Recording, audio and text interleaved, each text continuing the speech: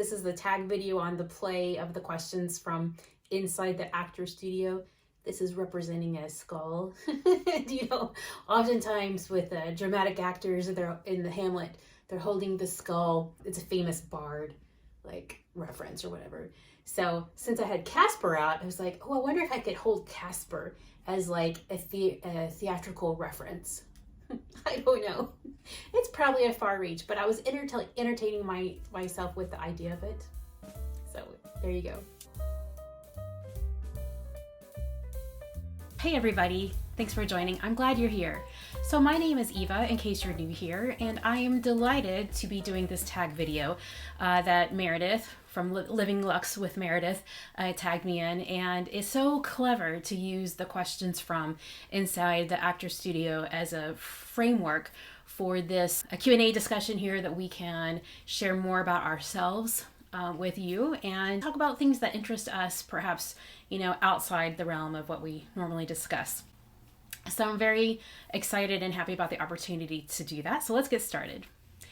Which designers or design houses have made the greatest impact on your fashion choices and or purchases? So in terms of design houses, I'll stick with Louis Vuitton because it is the first design house that caught my eye in terms of a luxury brand that I wanted to try. I mean, I've loved bags forever, but it took a while for me to get up the courage and confidence to actually try a luxury bag. And that's the house that I had had the most familiarity with, you know, in terms of seeing examples, you know, in real life. And it seemed to be the most accessible to me, you know, as like a normal person, meaning that, you know, I don't have a luxury lifestyle. I just love bags. I'm very curious about bags and all things related to bags. So for me, it was an accessible entry point, and it made me feel comfortable starting there. So that's why I choose Louis Vuitton, because it helped give me confidence to get started. When you dress for the day or an event, what do you think about? Is there an impression or a message you're trying to convey? In general, I'm thinking about the appropriateness and what would be comfortable for the event or the occasion or the day. And I have to say that I enjoy some kind of little detail that might be somewhat unexpected. Like, for example, here on this, there's just a little plaid bit on the cuff of this. Like, that's a small little detail. And I mean, some days my outfit is completely boring, but you know, when I can find a little item that has a little something extra to notice, then that seems to fit my design and my style, my stylistic design for myself. And does that mean I'm trying to portray a message? Maybe it's just I like to be a little extra. Perhaps that's it. What turns you on creatively? When I see something new from a design house, new and innovative and fresh, I get even more excited when I can recognize some kind of thread or some kind of lineage or some kind of heritage within that new, innovative, and fresh idea or approach or design. How do you celebrate big events or achievements in your life? I have Eva parties. I started these when I was in college. So as a music student, we would always have juries where, you know, after you've been studying all semester on your applied area. So for me, I was taking, you know, piano lessons on various repertoire that my instructor had chosen for me, and we'd worked on together all semester. Then you have a jury at the end of the term.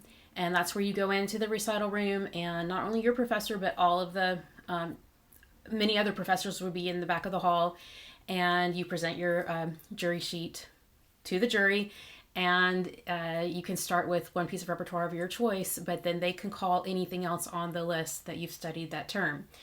And it's pretty nerve-wracking, I have to say. And when I got that jury done, for the semester, and usually that was, you know, during finals week and my finals were done, then I would have an official Eva party. Who's invited to an Eva party? Eva. And I would just simply let myself do whatever I wanted. Basically whatever I hadn't had time to do or allowed myself to really enjoy without guilt, you know, previously in the midst of, you know, all the classes and work and getting ready for all those finals and juries and things throughout the term. You know, as I've gotten older, I mean, I still do the same thing after I have a big concert or big accomplishment, like, get a paper accepted, or, like a publication accepted, or, what have you in my professional world. Then I will have an Eva party. And it's still the guest list of one, but for me, it's maybe not extravagant or elaborate, but it's an Eva day or an Eva party, and just enjoy it. Enjoy the celebration. Enjoy my time. Enjoy me. Celebrate me. Who or what inspires you in your everyday life? For sure, my husband. He's absolutely, without a doubt, the smartest person I've ever met, and he's very honest. And sometimes that's not not easy, because he will tell me exactly what I need to hear instead of what I want to hear. But yeah, he's very honest, and he's very tough. Since I've known him, since we've been married, he's had some serious health challenges, and I'm glad he's tough.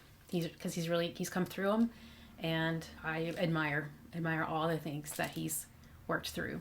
But most importantly, he's a great dad. And I knew he would be. That's why I wanted to marry him. We have twin boys. One boy is autistic. And my husband is so good with him.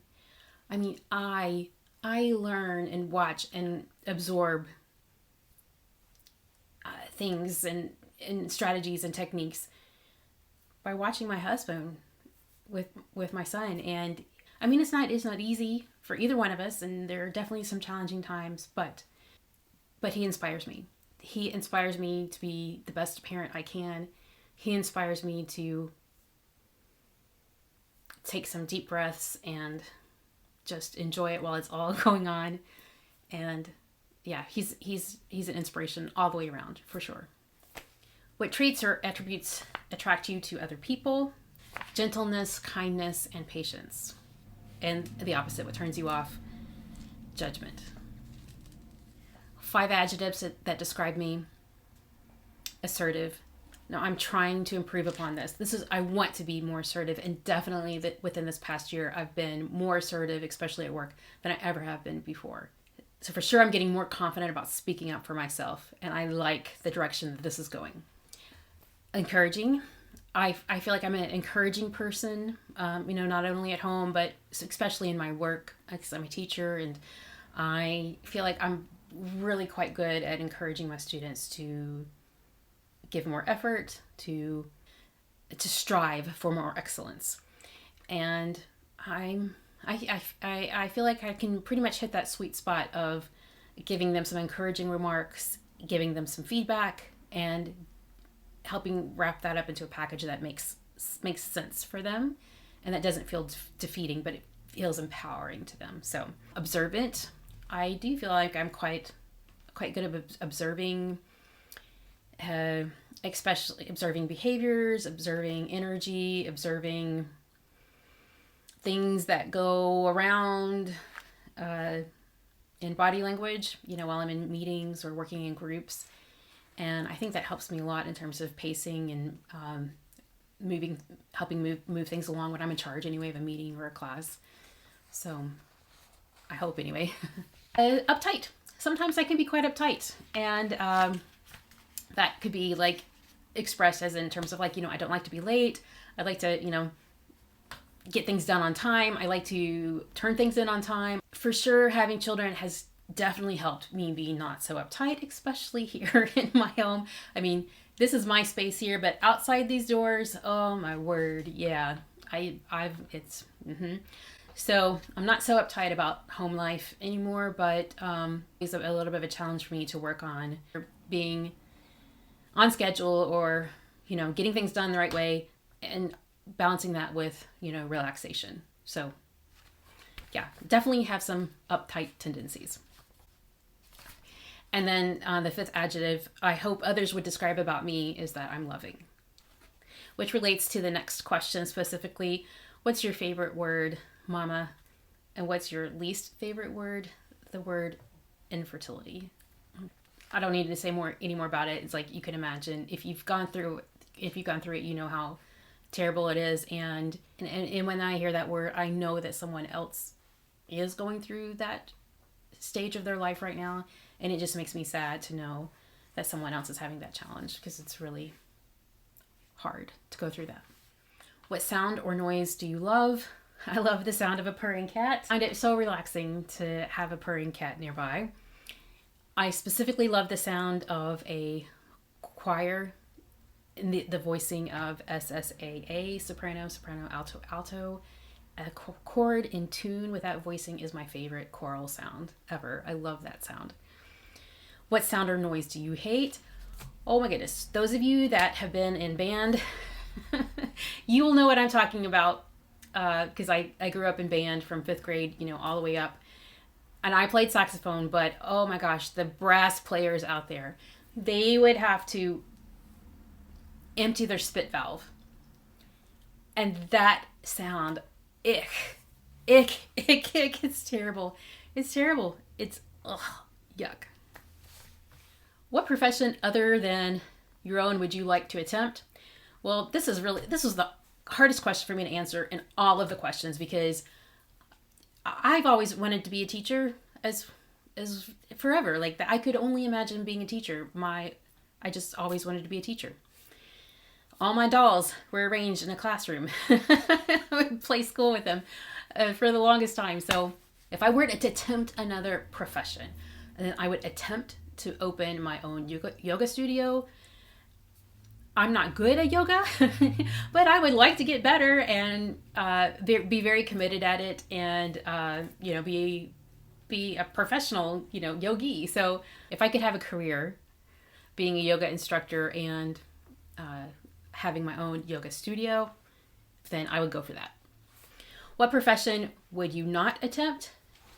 Anything in the medical profession. And oh my gosh, I am so glad that they are there, they are called to that, and they are good at that, because that's not me. My whole insides just singe up when someone is ill and sick, and I am not the person to deal with that. What has been one of the most formative challenges you've overcome? Well, I'll be honest with you, and I'll read this quote and I'll tell you how it relates to my life. This is a Joseph Campbell quote. You must give up the life that you planned in order to have the life that's waiting for you. And I know exactly what this quote means now. And I had to go through several years of figuring it out. And my previous marriage, after 6 or 7 years, it took me another 6 or 7 years to actually go from the stage of something's not quite right here to the stage of let's do something, about this. So 6 or 7 years of just, I had no preconceived idea that it could go wrong or would go wrong. And I come from a family where everyone has had long, successful marriages, and it just never even occurred to me that mine wouldn't. It took a long time for me to figure it out. So, yeah. But I'm so glad I did, because now I have this life that gives me so much joy and fulfillment. Now, for sure, like there's a lot of challenges here. My husband has health challenges. I'm so lucky to have these children. But as I mentioned, one of my children is autistic, and that's a challenge as well. To keep my career going and to try to keep me going. And, but for sure I wouldn't have it any other way now, because I get so much fulfillment out of that. And I know in my core that this is where I'm supposed to be now in my life. Absolutely. I have no doubt about that. It just feels right. Sometimes it's hard, but it's right, And I never felt that before. Never. 5 people, dead or alive, that I would like to have dinner with. Joseph Campbell, the author of that quote that I just told you. If you don't know who he was a scholar who studied mythology of cultures from people from all over the world. And he was able to find all these similarities that we have, even though we might seem to be so different as people. And basically, when I read his work or watch his interviews, I I learned that we're all way more similar than different. So I would definitely want to invite Joseph Campbell to dinner. Quincy Jones. So, he's a music producer. I would love to hear some of the stories that he tells that went down in the studios. Like, for example, Eddie Van Halen just passed away like a year ago or something. And right after his death, I heard the story that Quincy Jones called him up and said, "Hey, can you come to the studio tomorrow? I want you to lay down a guitar solo." And when Eddie showed up, it was for Michael Jackson's "Beat It." And those kinds of things. I mean, by the way, that's an amazing guitar solo, and I don't even think he's credited on that album. Maybe not. I don't know. Not important now, but yeah. And speaking of musician, Dolly Parton. Yes, Dolly. So she's from Appalachia, and my mom's family is also from Appalachia in the mountains of eastern Tennessee. I would love to talk to her and hear more about her stories. And I know she's shared a lot about her background, but I would just like to hear it from her own mouth and in her own words. And then of course Oprah. I mean, I think Oprah is a favorite guest from several of us who are doing this Q&A.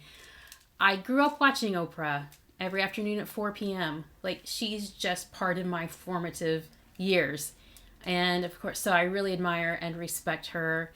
She's, I think, a very good leader and role model for women, for girls and women. Mozart, the musical genius genius, really.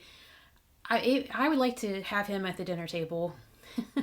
I'm sure he was not like the personality as described or portrayed in Amadeus, but still, I mean, to be able to write so much music in so few years, I would love to have the chance to interact, question, discuss, and I think that would be a very odd but interesting combination of people at the table. Which song lyrics do you really connect with, and why? Okay, so this is a song from long ago, but I think the message is timeless. The group was called Extreme, or is called Extreme. The song is More Than Words. And I mean, I just love the message of this because it's easy to just say something, but your actions. It's all about that saying your actions speak louder than your words. Also, I love the music of this song because it is acoustic with a guitar and a duet, and their harmonies are so tight. And the way that the song is performed really accentuate, I think, the meaning of those lyrics. More action, less talk in life would do us all some good. Spending a year on an island. What book, what album, what TV series, what movie? Okay, fine. I'm gonna tell you, like, if I've got a year to do this, like, I'm gonna do this. So I'm thinking, like, what kind of sabbatical project, like, I would like to do here. Okay, so I'm taking my Bach chorales. I'm gonna study this. This would for sure, like, this is enough music that I can study all year long and be delighted with. So for me, this is like golden material to help develop my musicianship and my ear training exercises. And I can sing the lines like horizontally, and I can sing the chords vertically, and there's all kinds of things for me to study in these chorales.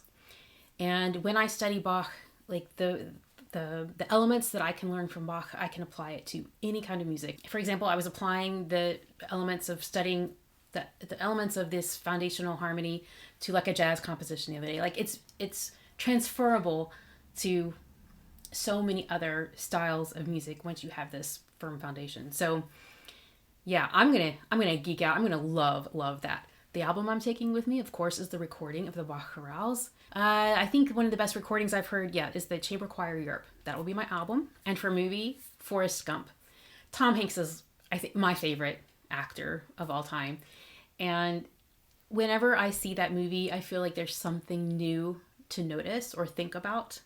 And yeah, I think that movie could get me through a year. And in terms of TV series, I'm going for Frasier. Hands down, I love the series Frasier. I absolutely love it. I've lost count how many times I've actually watched the whole series all the way through. I definitely would love to watch it again all the way through, several times probably in the course of a year if that were the only TV I were watching. I love the character development of the family relationships, you know, over the course of time, and it's so witty and there are so many funny jokes about music, and yeah, I think it's my favorite TV series. So yeah, that's my choice. Okay, time for the playlist questions. The song that you play when you need to get out of your own head. It's a Beautiful Day by YouTube. The song you play when you need to gear up for the day or a workout. Sandstorm. Do you all remember that song from like the 90s? I think I'm stuck in the 90s totally, and that's okay with me. But it just had that real quick motive. Then it builds. And it builds and builds and builds. Oh my gosh, I love it so much. So it's like, you know, electronic dance music, but that totally gears me up. A song that gets you on the dance floor. Celebration by Kool and the Gang. Oh, I love the funky groove of that. It's just, yeah, I can't sit still for that or anything similar or related to that, like, you know, Earth, Wind, and Fire and all that great stuff. The song you love to sing at the top of your lungs in your car. Bon Jovi. It's Your Life. The song that invokes a stirring memory when you hear it. Do you remember, again from the 90s, like, all these things? So Whitney Houston's I Will Always Love You, oh, by the way, which was written by Dolly Parton. In the middle of that song, there's a grand pause. And then she comes in a higher key. That moment, like, a lot of times, you know, would be at like formals or, you know, college events.